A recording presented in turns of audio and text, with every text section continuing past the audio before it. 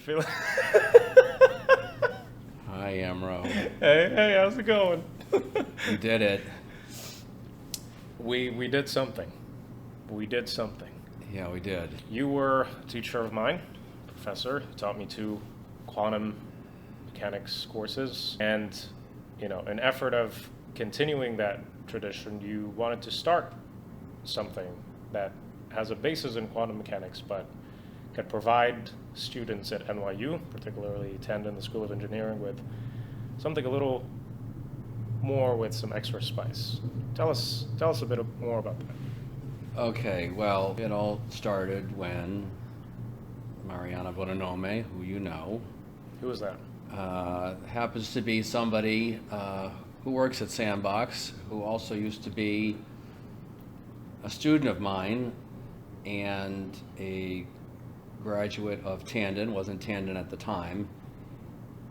Back in the day, she took it wasn't even a class in quantum computing, it was a class by Professor Zifranovich, who went off topic, spent a couple lectures talking about quantum computing. The students were completely captivated by the lectures, by whatever he said. It stuck with Mariana, even though the professor was then reprimanded for having gone off topic, and it changed the course of basically her studies and where she ended up, and eventually brought her to Sandbox.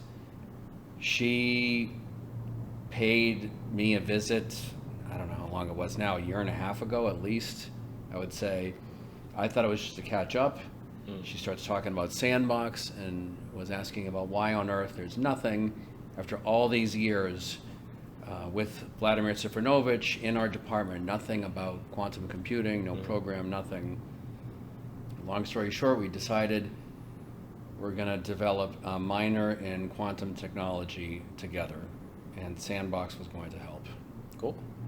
She brought the train to you. She did the crazy train, crazy if you will. I can say that because she's okay with me. She likes that metaphor because it really did, in a really good way, because it completely pulled me out of my comfort zone. Because for one, applied physics we're all about just, servicing the engineering programs and, just, stay in your lane and don't come up with your own stuff. And when I first proposed it, there was a little bit of eye rolling, and it's not the case today. So it was, it's been an adventure, and everything that we've done has been something I never would have done on my own, to Sandbox's credit and your credit and Mariana's credit. It's just been, it's been a crazy train. I can imagine. Imagine. And I mean, I can't help but, keeping to remember that conversation that we had right after I graduated in May this year, when you were not sure whether this is something that you would be able to do. And not only did you now, how many approvals are we speaking when it comes to the classes? Funny you should say that. We just got the faculty meeting was this past week, and they just approved we have 4 courses that are going to be required in addition to the electives, but the 4 courses had to be created. And the second 2 were just approved past the faculty meeting, so we're good to go. I know. You've been on a roll, and I mean, looking back at the track record just of the past couple of months, I could see, everything running and sailing very smoothly. Yeah, I'm going to go so far as to say very smoothly. Every once in a while, there's something that these have all been surmountable obstacles, but every once in a while, something will come up that will seem like it's going to derail, if you will, the crazy train, but we're still going. Wouldn't be entertaining otherwise. Like, what's the fun in being able to book a room at NYU without having to go through the hassle of other people? Without knowing a week before a massive event whether you're going to have a place to host the event. Where's the fun in actually? There's no fun in certainty. Yeah. So, students are going to see this. You guys got the organized version. You got the varnished final product, but now this is behind the scenes. Yeah. we there was something similar before. You were a student at the time, but we had an educator workshop where Sandbox folks arrived on campus, and Who are we talking about? This was Mariana. this is Mariana, Kayla. We had someone from Q Steam. We had Paul, I think, showed up. Paul was there. Constantine. Constantine. God, this is why I hate listing names because I don't want to leave people out. I'm sorry. Allison, by any chance? Allison Ruger? Yes, Yep. she was there, and others, etc. etc. Yeah. We had some faculty from other departments, from CS, from math, and we did some tours of some labs, and it was a much smaller event. Actually, the original plan was to throw the hackathon in the spring, and then we suddenly realized that the timeline was just not going to work. And I think it was Kayla's suggestion that we instead have something more like a workshop, and it ended up being a really good idea because we got to really throw all our ideas up on the whiteboard and make some progress on what the eventual curriculum for the minor would be. So it was sort of the spark of organization that was necessary for both of these things. Yeah, it made it feel, because until then we were just talking about the minor. It's coming, and we had nothing to point to and say, see, we're serious. But with that, it was a milestone. It was a kickoff, and it was an incredible weekend. I've never planned something like that before, and that's when I learned that planning, even just reserving a room at NYU was not without its headaches. And you were already on the crazy train by then. By then, I was for sure on the crazy train. Well, I had already gone. The crazy train really started when I met up with Mariana in Dublin for a diversity and quantum dinner. Dublin. Yeah. Okay. For when she first suggested it, she's like, come along. And I thought, I'm not going to that. Why should I go to that? And then I was like, well, why not? If I'm serious about this, why not? I need to immerse myself in this, quantum culture, even though I wasn't sure if I had anything to contribute or if I would understand anything. And I learned a lot, and that was, as I was, on the way to the airport, thinking, what am I doing here? What is this? I would say that's when the crazy train started. Do you feel that way now, having had all of this experience so far? Knowing that the crazy train is still on the tracks. It's very much so. Then I obviously feel much better now. Okay. Yeah. I mean, way better. It was, and it wasn't even necessarily a bad feeling. It was an exciting feeling, not really knowing what direction we were going in, and it's just sort of going with the flow. So I don't mean to make it sound like it was a negative experience. It definitely wasn't. It was exciting, but with excitement, it was uncertainty. Crazy nonetheless. Yeah. So, I mean, I really want to commend you for taking that challenge on, because I can't imagine how difficult it is for you as the chair of the applied physics department to embark on a completely new journey of, first of all, starting a minor, from designing the curriculum, from recruiting faculty to be able to teach the curriculum, and then going through all of the administrative processes, the bureaucracies that you have to handle to be able to get to that. And then on top of it, you get added a slab of hackathon just on everything. When did that happen, and how did you receive the news of when you first heard of the idea of a hackathon? Well, okay, I thought, I'll be honest, I didn't realize that the hackathon was going to be as involved as it was, and so I realized that after things were well underway, I was. Well, first of all, thank you for the compliment, and that I took this on. Let me just say really quick that originally the reason I took it on was we had a nuclear minor that's kind of been killed off at this point, and the applied physics department we didn't really have. We have an applied physics minor, and then we have our majors, who are wonderful, but we had no hook really. We had no way to. So my job as chair up until that point had basically been to keep everybody COVID free, right? COVID was very much, I was just trying to keep the department safe and, follow COVID regulations or whatever. And now that COVID was receding, I guess, somewhat into the past, Mariana comes along and I was like, oh, this is a positive experience. This is something positive for the department. This is a direction we can grow in.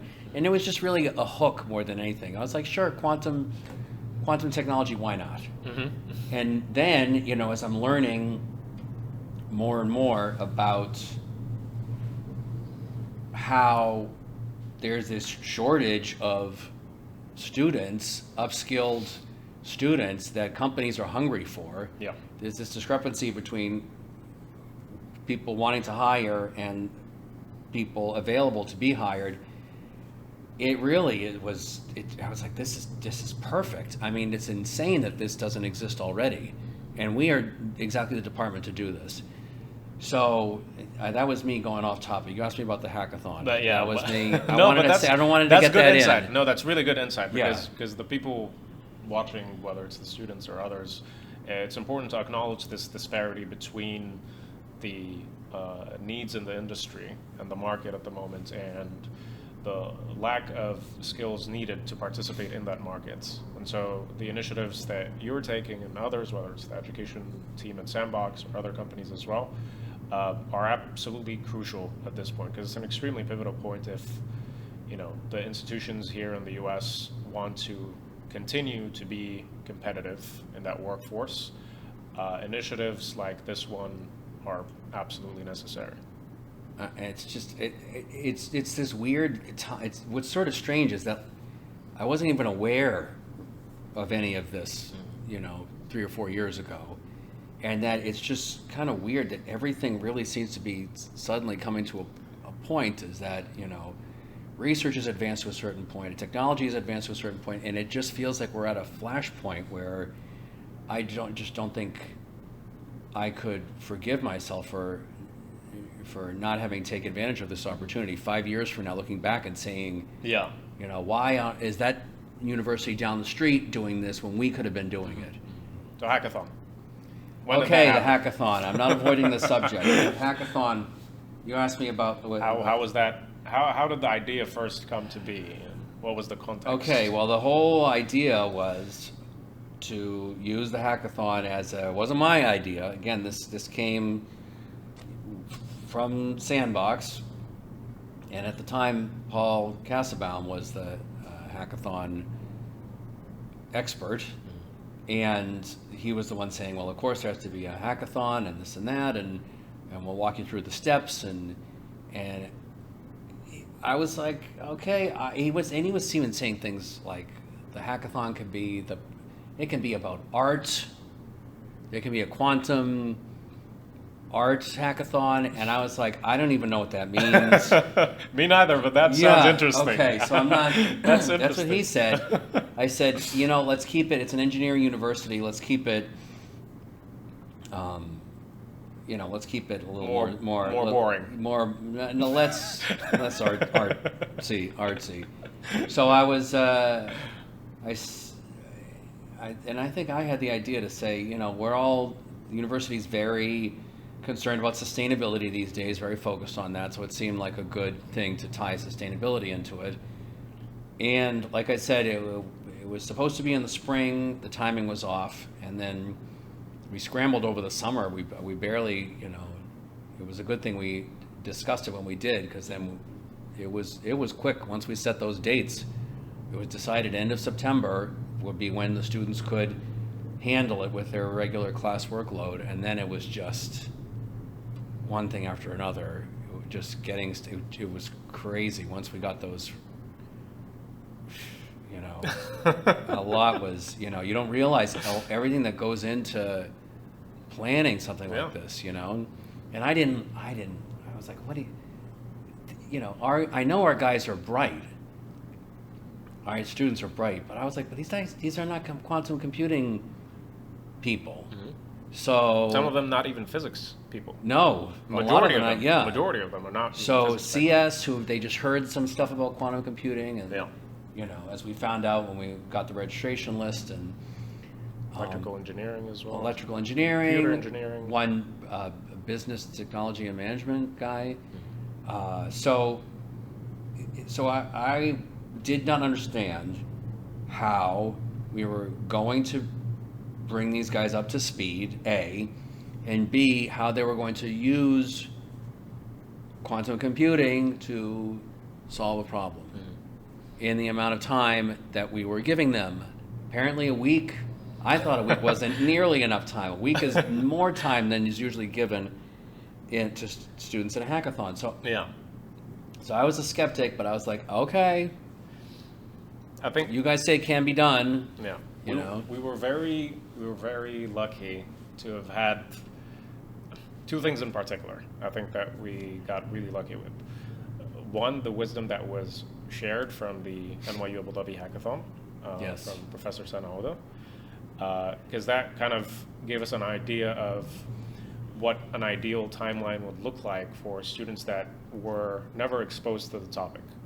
Yes. And then hand in hand with that, the first step of the hackathon, which kind of, again, was a competition to enter the competition.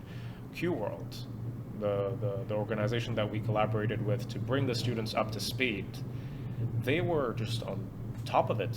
They were from the very beginning, whether it comes to, you know, the registration of the students, the actual delivery of the content, which was, to me, still remarkable. And I had the pleasure of taking those workshops myself as a graduate student, and I gained a lot of insight. So I can imagine how much more insight the students at the undergraduate level would have gained.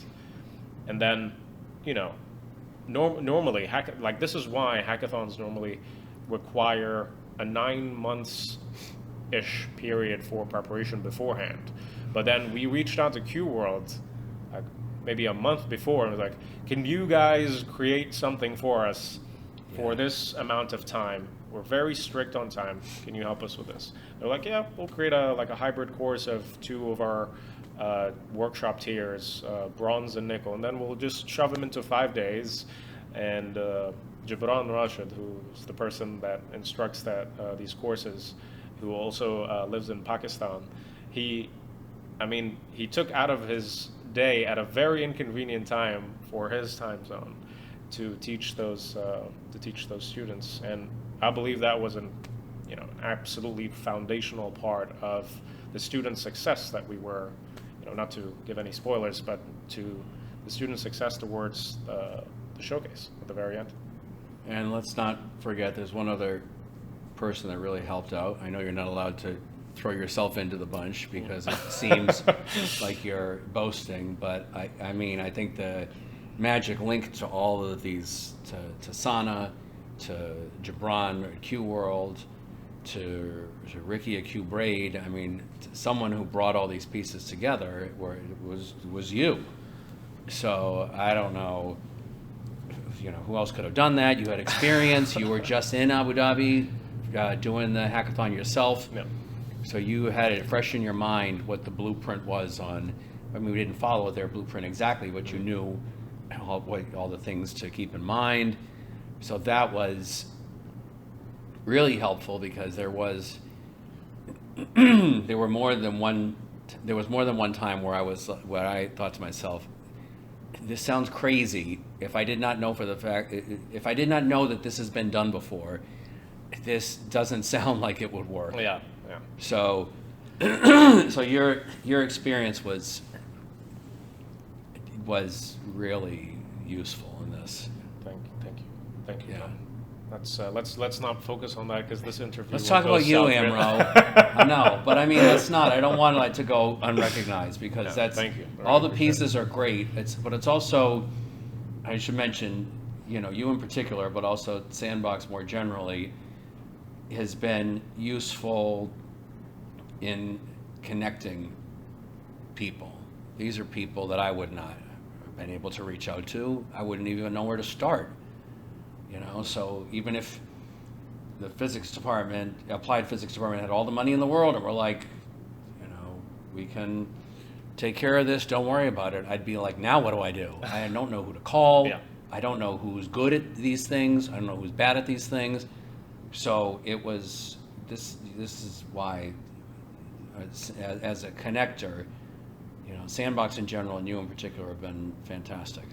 Thank you very much. It's something that I've learned the value of over the past couple of months, although seemingly a very simple task, but it really goes a long way. Just connecting two individuals that are interested in the same thing but have not had the chance to communicate, it really goes a long way. Yeah.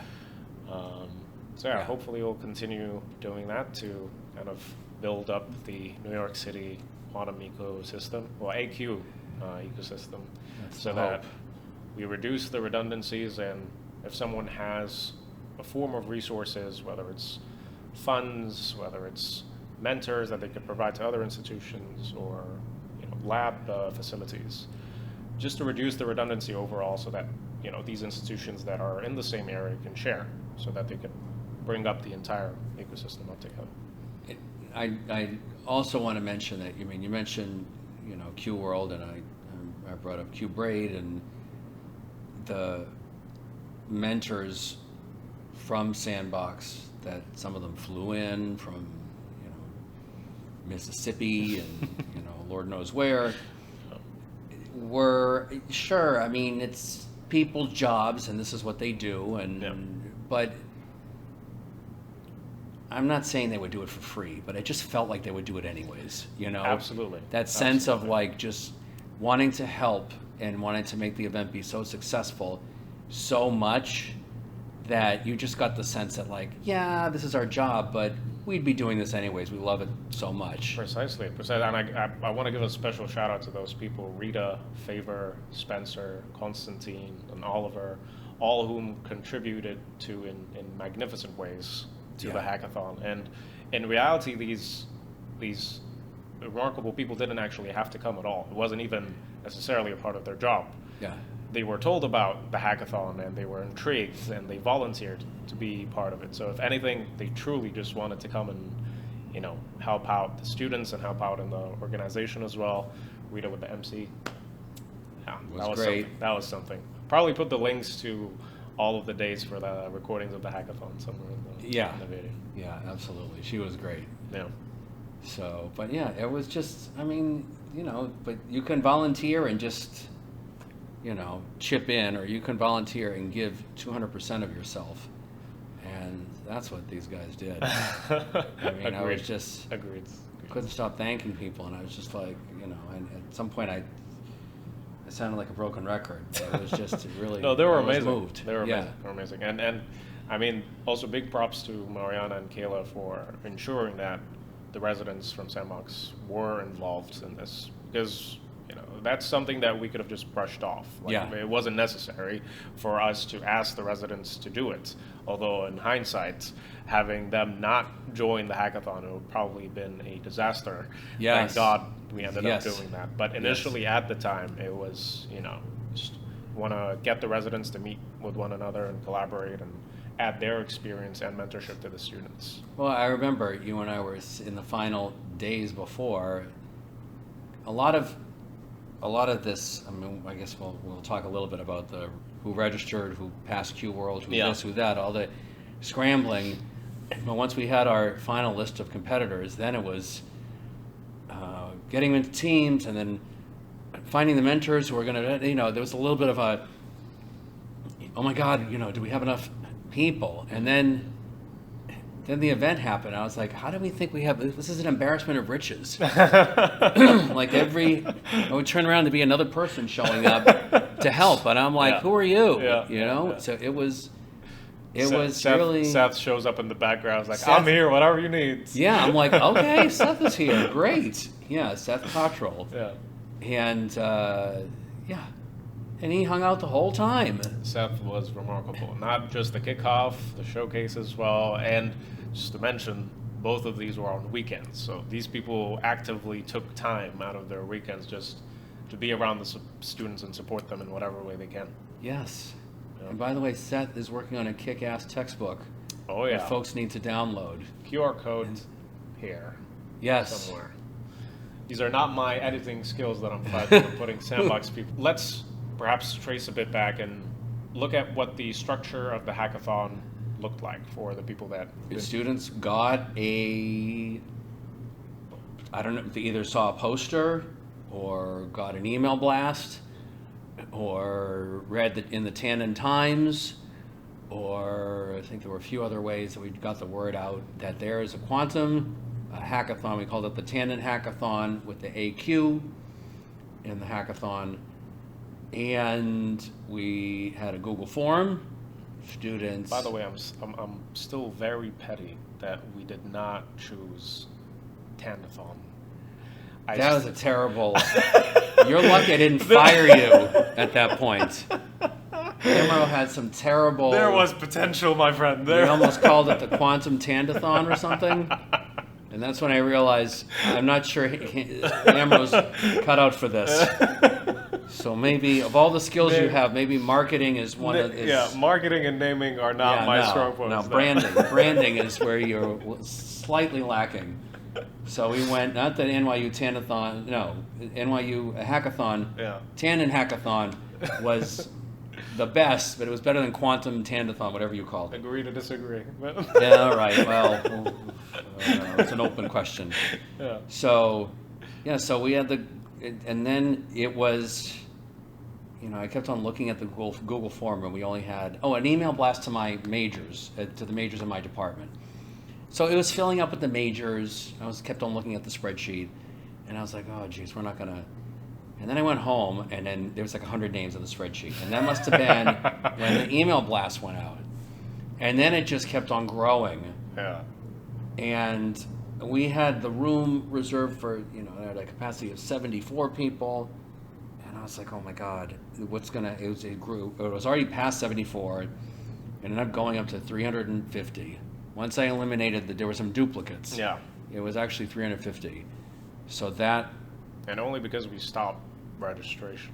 That was the end of Friday. Yeah. Yeah. And then there were still some students who were like, can I please? I know you shut down registration. Okay, so then let me speed this up a little bit. So then after that, I had to send out a mass email to all the registrants, and we had to get them into the Q World course, which involves signing up for the Discord server, signing up for Canvas, right? Registering for Canvas. And it was just, at this point, it went from like a crazy train to like a crazy 747. Like I just felt like the potential for error was so high, like I didn't want to screw this up. Okay. So then I'd say about 2/3 that, it's easy to register for something, but to follow through is another story. So that was something we were warned about by Senna as well initially. Yeah, she managed our expectations. We said, 350. Yeah. And she's like, okay, but let's see who follows through. Yeah. And it was about 2/3. We had about 220 students in Q World online. And then I took the first Q World class. I would have liked to have taken them all. I still hope to look at the recordings. They were challenging, these classes. I mean, the material was no joke. Yeah. And that was the weeding out process that we needed. As it turned out, we were like, how are we going to do this? How are we going to get 220 students down to, at the time, it had to be below 70. Well, that was not a problem because, and we managed to, when all was said and done, we got 50 students who ended up doing all the necessary work to make it through the Q World. And when we reached out to them, 43 of them followed through and ended up not being 42. And then from that, we reached out to them, we formed the teams, and then we had our kickoff weekend. 7 teams, right? 7 teams of 6, give or take, right? And then we had our kickoff weekend, and then I thought, okay, now it's just smooth sailing. Because I was already like the stress of things going possibly wrong. Yeah. And then because then we had all this like disorganized energy of like this person's going to come and talk, and we finally got that person, whatever. Mm-hmm. And finally it was like, okay, who's speaking when? We need to now organize this. We need to come up with a schedule so that we can point to it and advertise it. You can't just say, come to this weekend and we're just going to have a bunch of really fun speakers, yeah. and we need an agenda. Trust me on yeah. this. Yeah. So, and I won't even go into so then we decided so on Saturday and Sunday, the 23rd and 24th, we had speakers in the morning in Pfizer Auditorium, and then in the afternoon there was lunch, and then everyone in the same room we had lunch, we had the workshops. And it was just, Q-Braid gave their, talk in there as well, as did Crypt on the second day. Yeah. And it was just amazing. I was looking at because I was just like, okay, so these guys pass Q-World, but they're not going to know what to do with this stuff. They're not going to be able to use it. Yeah. So they're going to be in this room and they're going to be confused, and no one's going to know. There's going to be nobody talking. Nobody's going to. It was just, the room was just crackling with energy, and I just took one picture after another of like all these students leaning forward and listening to the mentor and coming up with ideas, and it was just great. Yeah, I think that probably was one of the happiest moments that I've had in that hackathon, was seeing your face after the matter of the fact effect of the matter, where we saw everyone actually working on this stuff. Yeah. It was very difficult to imagine what it would be like on the day of the hackathon, because, neither of us have ever organized the quantum hackathon before. I've seen what it looked like. Maybe you have seen it through competitions or similar situations. But to be in the backseat and to design this from the ground up, whether it's putting the teams together or even creating the timeline in a way that makes sense for the students. And then on top of that, we had all of the administrative things that you've done, I believe, beautifully. That's no easy task. That was not a trivial matter. So after putting in all of that work and coordination, the gratification that was on your face on the day of the kickoff was very pleasant. Well, it was after day one of the kickoff, after the ideation process, as you call it.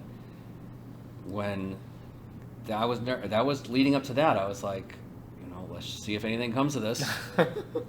And I was like, what's happening? Who are these people? Like, how do they? I was just, that's when I realized, like, okay, this is real.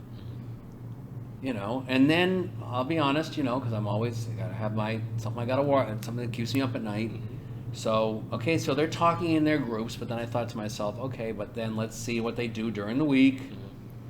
If they come up with anything, or if it's just gonna, be just whatever, like a reading project or something, just, pay lip service to quantum programming and just like, this is our, was it really gonna be them solving something? And then the showcase happened. And I was like, what the? They were like, really came up with everyone did. All of them. That was exceptional. That was exceptional. The fact that we had 7 presentations, all mind-blowing, structured, very professionally put together. It's obvious that teamwork was invested throughout the week, building up to the showcase. Very impressive stuff. And I mean, I don't want to make it sound like I don't feel like our students can speak. I mean, they can, but I don't think I could have given a presentation like that when I was in college. I mean, really, just well put together. They were better speakers than me, some of these students. So the presentations themselves were impressive. The content was impressive. It wasn't just like, I was like, okay, problems of sustainability. What is there really to solve? Some really clever ideas. very relevant too. Yeah. Very relevant. Again, we won't spoil it. We'll probably put the link somewhere down in the description. Here. And yeah, people should watch these presentations, because I can't believe that these were put together in a week, and that the students got the knowledge to quantum program, in a week before that. Yeah. Yeah. So all while balancing classes that Yeah. they're already taking. Maybe some students were also doing part-time work. It was a lot. Yeah. It was a lot, and then to be able to manage to find the time to all meet together, and the weather that week in particular wasn't great either. Whether on the day of the kickoff or the day right before. Was it the day right before the showcase where? The day before flooding? the showcase was that end of the world flood Yeah.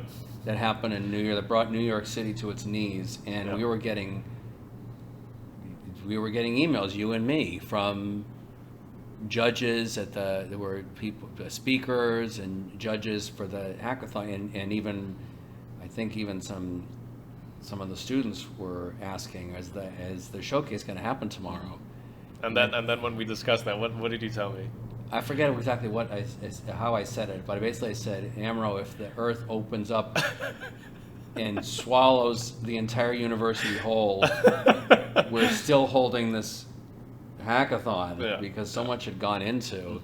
But it really was amazing. Like, really, up until like all these, like, speaking of all these like do or die moments, even the weather was adding this uncertainty into the process. I'm like, really? There were a lot of odds. Come against on, us. Yeah. So it was great. It was the first time, New York ever experienced like that much rain. No one was expecting it, and I was so. But yeah, it was the students. Everybody showed up. Persevered. Yeah. Yeah. And they, like, throughout the week as well, beforehand, they were, finding different ways to meet up, whether in person, at a library, or over Zoom, or one of the classrooms, because not all of them were on the same NYU campus. And one of the things that also sticks with me in this hackathon was a really beautiful initiative by one of the mentors, Joanne from Center for Quantum Information Physics. Is a grad student at NYU in physics. And on the day of the showcase, where the students were supposed to convene in teams to practice their presentations, the trains were slowed down because of the flooding the day before. And so some of the students were freaking out, Team 4 in particular. And Joanne was like, if it's going to help you guys to come here faster, I can pay for your Uber. I was like, well, you don't need to do that, but the fact that you offered says a lot about how invested you were in these students. Yeah. And the mentors, they're completely volunteering. Like, the students, not only are they in it, for the learning experience and to meet other people as well, but there were good prizes at the end. The mentors are merely volunteering. So it's the gratification of seeing the students that they've mentored do something with the knowledge that they bestowed upon them. Yeah.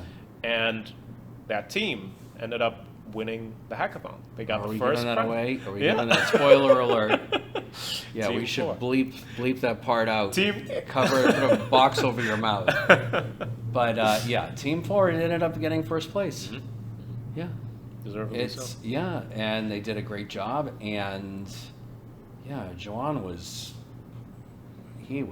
really given 300% into this. It's really interesting, because initially when I reached out to him to participate, well, actually he reached out because Professor Devachabani recommended him, and then he reached out to me and asked, what is required of a mentor in this hackathon? I'm afraid that I won't be able to, keep up. Oh yeah, Joanne, I don't have the background for this. Yeah, barely. He just barely qualified. So it turns out he was, Yeah, and I think perfect. This particular story just highlights how extremely important it is to constantly have some connection with peers that are of a little bit higher experience than you. So I believe that his role for Team 4 was instrumental to their victory. The students were remarkable. But the way that, first of all, the students took the initiative to ask Juan all these questions and engaged with him so intimately. And then Juan also shared, all of his expertise, and I'm pretty sure he did extra research on the side so that he can answer those questions that the students were directing at him. That really helped the students. And I think a lot of the students at the university would reap a lot of benefit from things like that throughout their academic career, not just the hackathon. Yeah, no, I agree. But what was particularly nice with how it was done was it was a nice idea to at the kickoff itself and during the ideation process, the mentors were rotating. So they weren't assigned. That's Konstantin's idea, which I think took that entire mentorship experience that we wanted to provide to the students to a completely different level. Yeah. And then I think what ended up happening was it was sort of like a speed dating. Because then certain mentors were like, oh, I like this. Yeah, speed mentoring. And certain teams and mentors connected. Yeah. And Joanne in particular really connected with Team 4. And it was just, and other teams connected with other people. And it was, and there were other, I noticed that Favor was, at one point she was like, I'm not going to lunch, I gotta go, I'm meeting with the... she skipped lunch. And I'm like, she was not playing. Yeah. She was like, I gotta meet with the team, and during, I'll grab a sandwich in the room, and, she was in it to win it. Yeah, they were a force. The mentors were truly a force. So but it really does highlight, as you said, the benefit of having somebody like that to guide you. And but the students had to be responsive to it as well. Absolutely. So that speaks highly of Team 4 as well as it does Joanne. It speaks to their, curious spirit and affinity to learn. Because if they went into this thing thinking that, whatever backgrounds they're coming from, this is probably going to be easy and I'm not going to open up myself to learn new things, I don't think they would have gotten to where they did. So it starts off with a curious mind and an openness to learn, despite how how much it seems at the beginning for someone that might have not been exposed to all of that content before. There was also I also liked how I was hearing that Team 2, which was made up of applied physics people, they reached out to experts in the field of the problem they were trying to solve. Yeah. And the people responded. Really people high up in the company, and really just were like trying to, oh, what's this, a hackathon? And they were very helpful. And that helped them as well, that team. They placed, and I thought their project was fantastic. But once again, there was this idea of reaching out to people and getting help from people who know more about what it is you're trying to do. Yeah. And being open to their help and knowing who to ask is hopefully a skill that these students will take away from them. Absolutely. And they won 3rd place. And they won another spoiler alert. They won 3rd place. We are in it, John. There are no more spoilers. We I are know, already that's in the true. thick of it. I guess at this point you already know who won what. But yeah, and they ended up doing a really good job. Yeah, and I think that, again, I can't help but circle back to the benefit that the mentors provided, because that advice to seek out professionals that are in the field already was probably given by Paul Casaubon. And so, from this platform for all of the students or the young professionals that are just at the start of their career, this exercise of constantly reaching out to individuals, seeking expertise, asking questions, it really goes a long way. It could be, a question that you ask and you want a particular answer, and maybe the person you're reaching out to doesn't even have that answer, but they refer you to something else that could be completely pivotal to your career. Yes. And it's just, an outcome of a single conversation.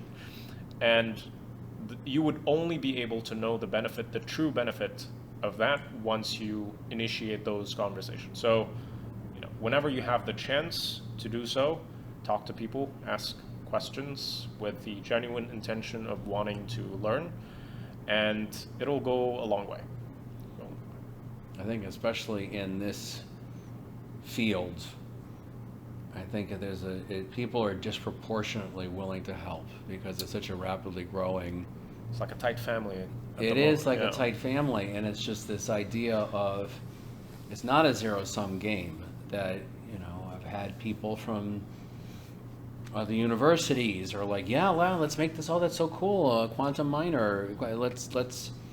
Let's make this work. And it's like, well, why do you want to help me? I'm from or the companies everyone wants to help each other out.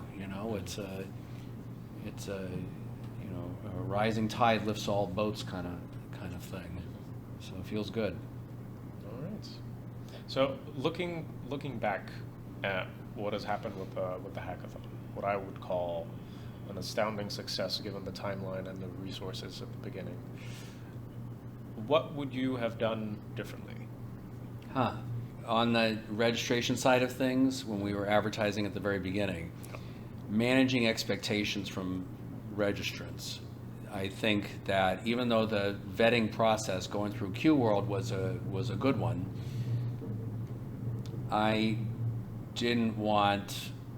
I felt a little bad that students were. It was challenging more than they were expecting. So maybe somehow managing expectations a little bit and saying, I don't want. Not just saying, oh, you're an incoming freshman. Sure, no problem. You don't have it. This is easy. Yeah. Really sort of managing expectations. Beyond that, I don't. I'm happy that I now have one successful event that I can point to. As you know, you've come to know me, and we've worked closely over the past month or so, and you know that I tend to worry. I've been told that I tend to catastrophize things. I envision the worst case scenario, and then I obsess about that scenario coming to pass. Now that I have an actual blueprint of a successful event, I won't obsess over worst case scenarios as much in the future. As far as other ways to run the event, probably more time with the QWorld courses, maybe. I don't know, because at some point it was 5 days, right? Yeah. And I think Gibran even found out because they weren't 5 1-hour classes. They ended up going, he was lecturing like a fiend, really trying to get through that stuff, and but at some point he said, oh God, it's gonna be tight with 5, but I don't know if you told students they were gonna have to take 8 days of classes, I think it would have taken the appeal away a little bit. Perhaps, but I think the one thing we could have added is just more time to when they could have finished the assignments. Because they had 5 days of these workshops, and then maybe 3 or 4 days to finish all of the assignments associated with them. So maybe if we had a 2-week period where we started off with the assignments and then left room for them to go back and forth between the assignments and the workshop recordings, so that they could take their time with it. Yeah, that's probably that would the timeline. Yeah, I agree. That probably would have been better. And again, a lot of the things I would rather that I wish had been different are kind of unavoidable when it comes to hackathons. Like it's a little bit of a moving target. You don't know. We didn't know how many students were going to pass the QWorld requirements. Yeah. So we didn't know if we're going to need 2 rooms for workshops or 1, and it was just it was really a moving target, a lot of these things. So it's hard enough to plan a big event like this, Yeah. but to plan it when the parameters are constantly changing was particularly difficult. But as you said, a lot of this is just the way hackathons are. You just don't know. And I believe you navigated it beautifully, like with all of the uncertainty that came our way, you stuck on target. That's why I see a lot of utility in, you catastrophizing things. Yeah, well, there's some usefulness in envisioning the worst case scenario. Yeah, probably not the best for your mind. Not good for your sanity, but it's good for planning purposes. Yeah. And it was,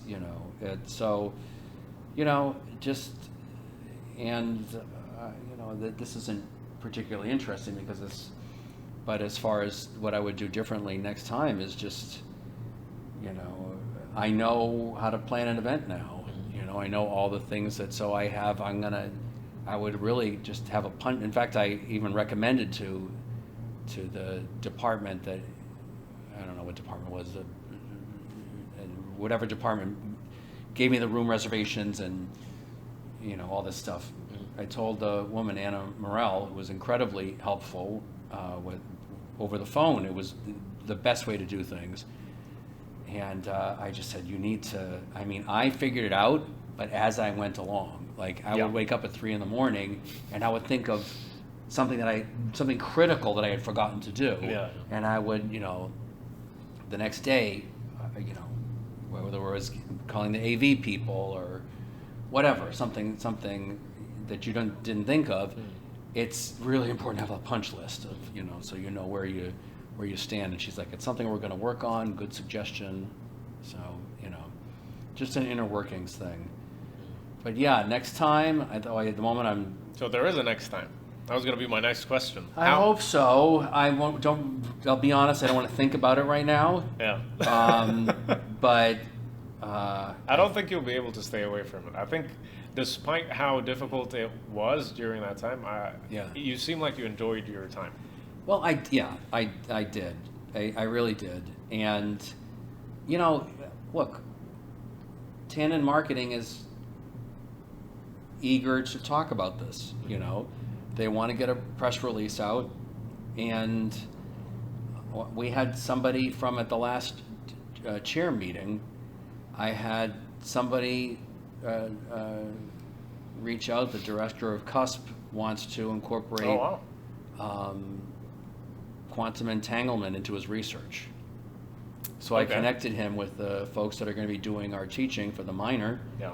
And it's just, I was like, you're reaching out to the Department of Applied Physics? Oh, yeah. You're about to get a lot of those. Yeah, so it's, not that I don't want to throw my weight around too much, but it's nice for once to have, so it's been really good at getting us to interact with other departments and interacting with other schools and organizations and companies now. Yeah, organizations and companies. So do I want to do this again? Yeah. I don't want applied physics to fade into obscurity after this. I want to, I think it's important to keep interest up in the minor. So I can't possibly think of planning another event at this point. I'm sure I'll get better. I'll feel better about it next week and the week after that. But yeah, for sure. Like next year, I think we've pretty much hammered down all the unknowns at this point, and we know how to do it. Beautiful. I look forward to it. Yeah, you're gonna help me, right? We'll see. Okay, you have no choice at this point. You're stuck. You're stuck with me, and I'm stuck with you. Amro knows too much about what it's like in my office and behind closed doors, what the real Professor DeBartolo is like, and it was a pleasure getting to know that side of you. Yes, but you have to keep your mouth shut. Some of the things that come out of my mouth when I'm stressed out. So, anyways. Okay, so maybe for some last concluding remarks, unless there's something that you'd like to add before that. I think I got it all out. What advice would you give to students that are interested in getting into quantum computing generally, but have no exposure to it whatsoever? From what you've seen so far, what would you advise them in a sentence or two? What should they do? Oh God, in a sentence or two. Well, to be honest, before this minor, I don't know about students in general, but if we're talking about Tandon students or just NYU students in general, before the minor, before the hackathon, I just tell them good luck. I don't know what to tell you. Thank you. That was me. Yeah. That was You figured it out. And to be honest, I have to. When I went to your defense, I knew you were working with Shivani, but it was sort of weird because I was in parallel learning about Grover's algorithm, actually from Seth Cottrell's textbook. Oh, wow.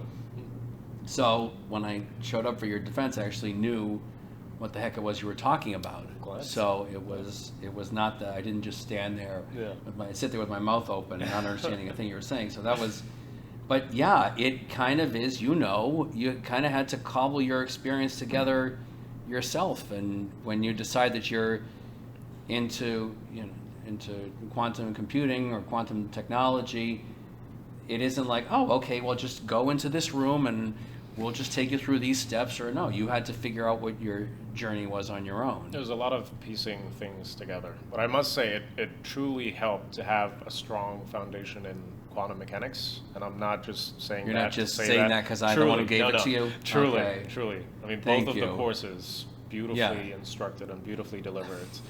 To the Thank point you, that Emro. I never thought I'd feel that comfortable with quantum mechanics, and like to be Wow. able to talk or just to listen in on lectures that assume a level of knowledge of quantum mechanics beforehand. That was never an issue for me, and it really helped me. Well, that's very kind of you to say. And then coupled with that, Professor Zifrinovich, Introduction to Quantum Computing. Yeah.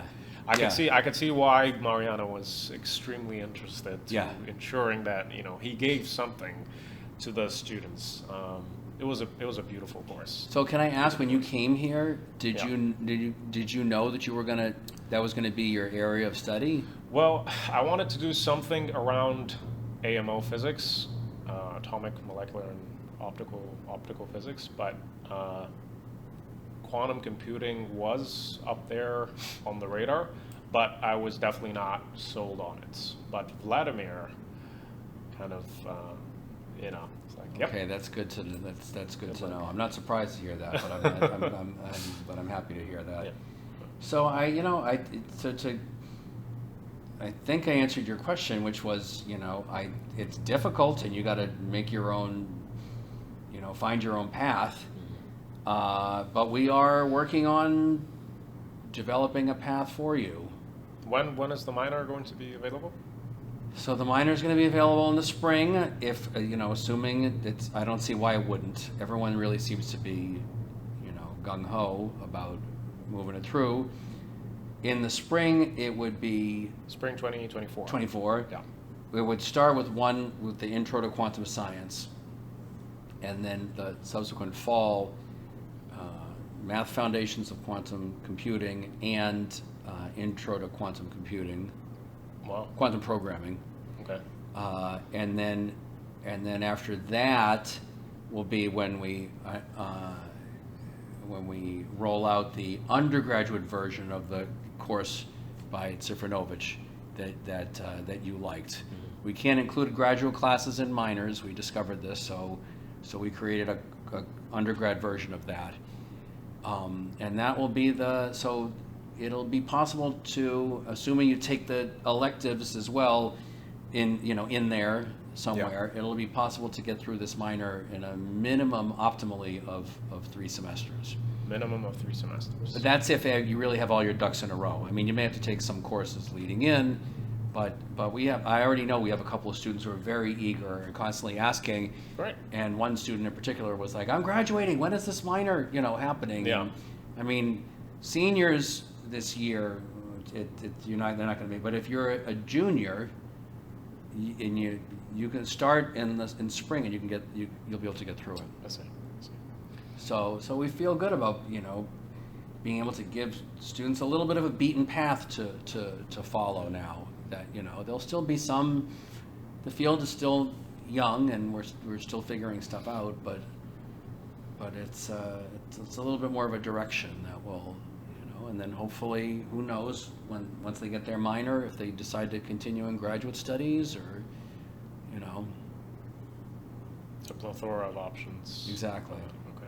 There's And a so lot out there.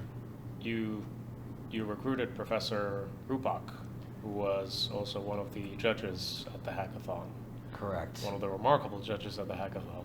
Yes. Which I believe gave a lot of really So, good feedback to the students. There were a lot of moments that I would love to take credit for, a lot of Yeah. things I'd love to take credit for, that just ended up being a dumb luck. Just lucky, we were looking for an industry professor for the department. We had an opening, and we just put, if you're anything about quantum computing, great. It's not a deal breaker if you don't, so don't worry about it. And just so it turned out that he made our short list, and he had this qualification, and we felt that he was the strongest candidate. And P.S. he really knows quantum computing. I could tell. And he was great at the hackathon, right? Yeah. Very targeted As a questions. judge. Yeah. Yeah. I'm he excited got to it. see. I'm excited to see what his classroom will look like. I am too. Yeah. He was one of the, and I have the two giant poster boards of the hackathon, Yeah. and both of you were in my office the other day, and he was like, "Can I have one of these?" And then you were like, "Can I have one?" And I was like, "I can't think of two better people at these. I don't want these things hanging out in my office much longer." So as far as I'm concerned, I couldn't have bequeathed them to two more appropriate people. I think he's going to be great. Yeah, and we were fortunate to have found him. The students are in very good, competent hands, I'd say, in the minor. And I don't know if excuse me if I've missed it. Is there going to be any of the courses are they focused on hardware? The hardware is going to be in the elective side of things. So Okay. we have there's going to be, so students will be able to use, we have the 4 core courses, and then there's going to be 2 courses that have to be taken from a list of electives. I see. And there's going to be, you can go down an AI route, you can go down a hardware route, you can, so there's, depending on the electives you take, that will sort of give the flavor to the minor. Beautiful. So, but there are several sort of directions you can take it, but the 4 are very theory-based, the 4 required courses. Yes, sir. Yeah, I think there are ample opportunities for students at NYU to participate in,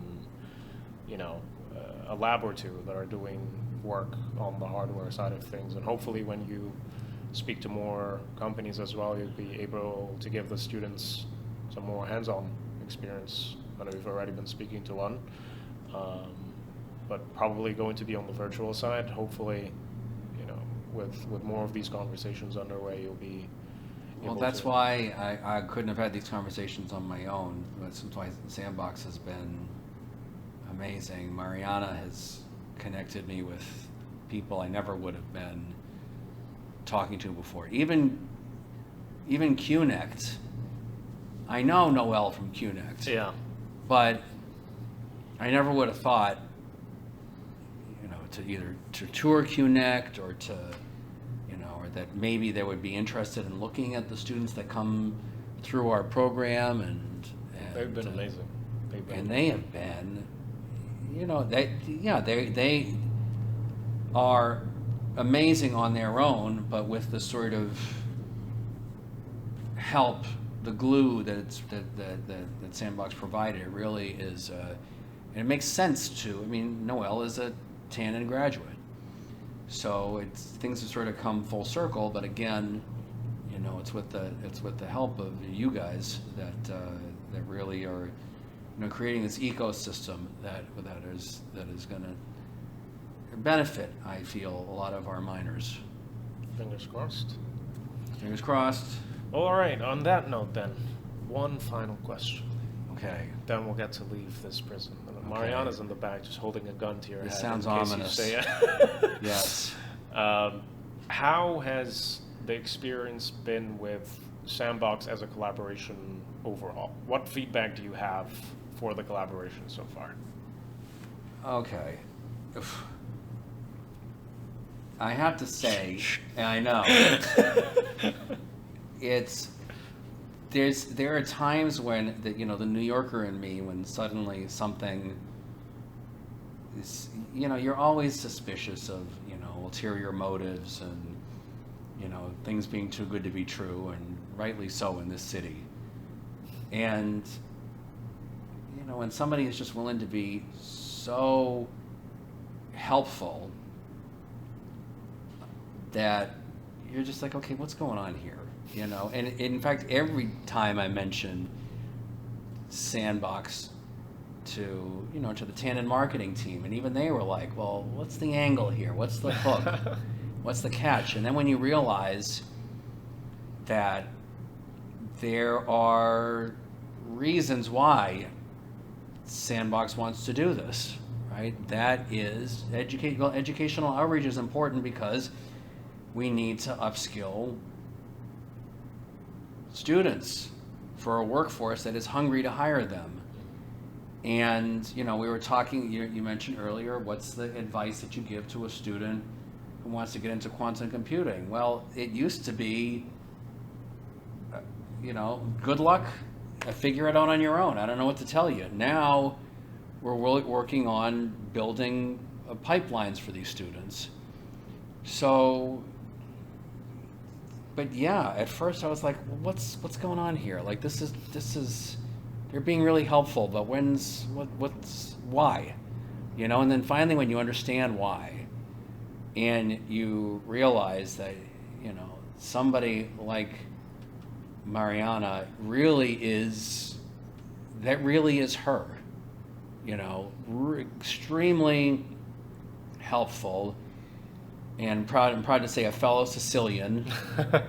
So we've connected on many levels, as a former student, as a fellow Sicilian, and as someone who's, really invested in getting our minor going, that it's just, you're like, okay, no, she really is, we really are on the same team here.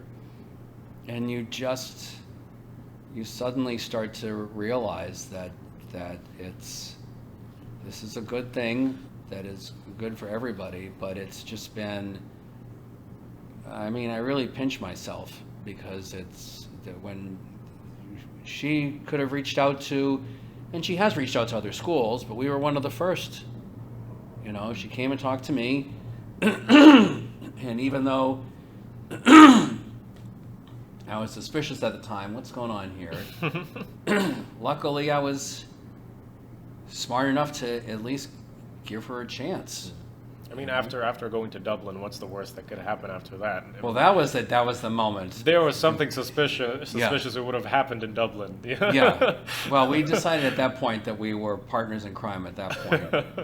When going to Dublin, that was a leap of faith. Yeah. Because I knew that I always knew that Mariana was a great person, but really seeing that she knows her stuff, and is and not only competent, but just a really fun person to be around, yep. and really helpful and really dynamic and all that stuff, and has been it's just been a really great experience. I'm just so grateful, for what, just even this process. The minor is going to happen, but I'm just going to say that just all this experience in and of itself, even the preparation for a minor, has been such a growing experience for the department and for me, that I'm grateful even just for that. So I'm excited to see what's in store for us in the coming years. Very glad to hear. Professor John DiBartolo, thank you very much for sitting Thanks, with me. Amro. Thank you. My pleasure. My pleasure. Really. Looking forward to the quantum technology minor spring 2024.